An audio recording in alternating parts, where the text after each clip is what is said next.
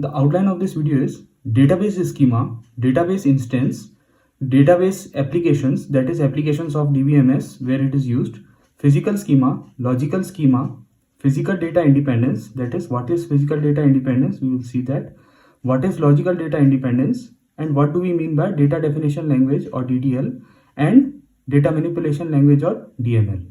So let's get started with today. Now coming to the first slide. What is database schema? Database schema is a descriptive detail, that is, it is a description of the database, is called database schema, which can be depicted by means of a schema diagram. It can be depicted, that is, it can be drawn or can be represented using a schema diagram. It is the overall description of the database, that is, it is the overall complete description of the database. Subschema is used to create a different and personalized view of the database. That is, first you have database management system, under it you have schema, and under it you have subschemas, that is, they are parts of the complete schema. These subschemas are the part of complete schema, and under these you have various users who are using this subschema.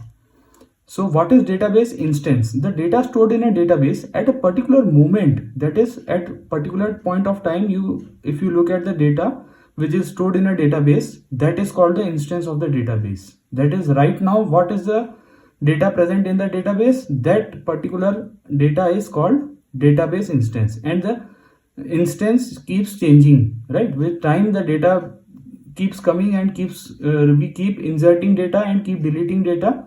So the database, whenever you look at, you will find something different in the database, right? So moving on, what are the applications of DBMS? First one is banking, right? So in banks, they use database for to log all kinds of transactions, right? And in airlines, they use it for reservations and schedules of various airlines and air reservations, tickets and schedules. They use DBMS. In universities, they use it for registration, grades, etc. In sales, they use it for customers, products, purchases, inventory. Inventory is a very important application of this DBMS. They have to keep a log of all the products and purchases. So sales also uses the DBMS. Manufacturing. In manufacturing, we have to keep a log of production, orders, inventory, supply chain management, etc. In human resources, that is HR department, uses the DBMS for keeping a record of employee, salaries, tax deductions, etc. In databases touch all aspects of our lives, right? So now we will look at what is physical schema. Physical schema is the database design at the physical level, right? At the physical level, that is at the lowest level, how the data is stored in files and indexes is called physical schema.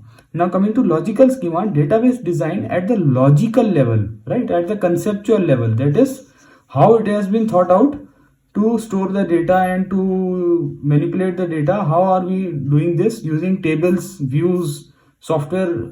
We have a software of this mechanism to deal with these tables, views, perform various operations on it using SQL language and other languages.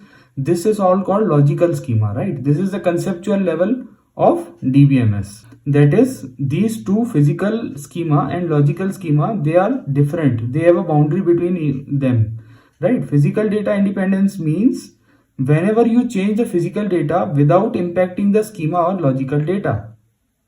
That is, you are changing a hard drive inside the this DBMS server. So what is happening is, it is not affecting the conceptual design of the DBMS. That is, you are changing a hard drive in a DBMS. It is not affecting the conceptual, at the conceptual level, it is not affecting the logical schema of the DBMS application, right? For example, using SSD storage instead of hard disk should not have any impact on logical data or schema, right? So moving on to the next application, that is logical data independence. Now we will see logical data independence. This means that whenever you change the logical schema of the database, then it doesn't affect the physical schema of the database. So this is logical schema independence and physical schema independence. They have a clear boundary between them, right? This boundary shows that logical schema is different from physical schema and they are independent of each other. Now coming to data definition language. What is data definition language? Data definition language is the specification notation for defining the database schema. Right? How do we define the schema? Using the DDL or data definition language. That is, how do we write inside the table? What are the commands which we give to the software to write the table and input the data inside the table? That is using the data definition language. Right? DDL compiler generates a set of tables stored in a data dictionary. Right? This is self-explanatory. Data dictionary contains metadata. Now what is metadata? Metadata is the data about data. Right?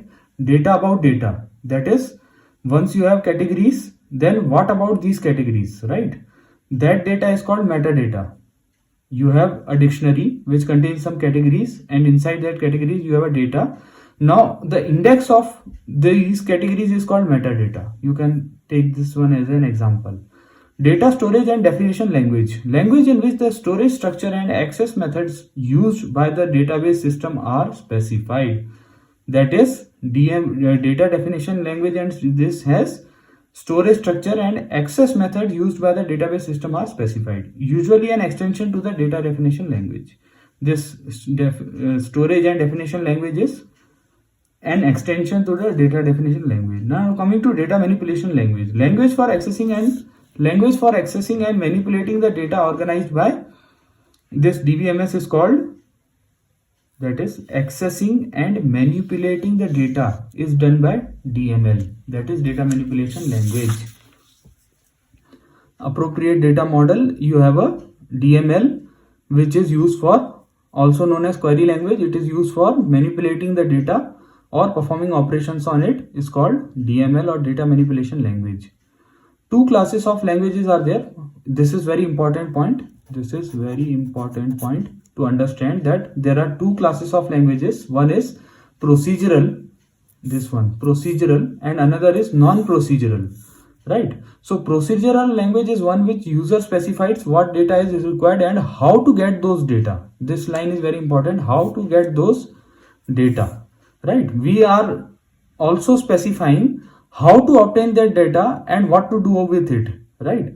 Whereas in non-procedural, we just tell the software what we want to obtain, the result of required result, without specifying how to get those data.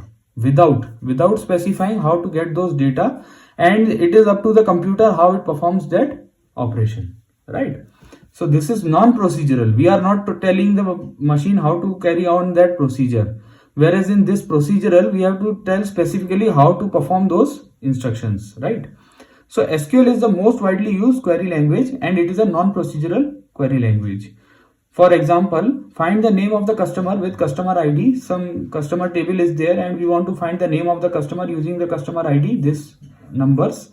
So we will give the command select customer.customer-name from customer table, where the condition where select only those customer who meet this condition, that is where customer.customer ID is this one. This one we will specify it here. Right? Customer ID is this one. So it will return only those customers which have a customer ID of this.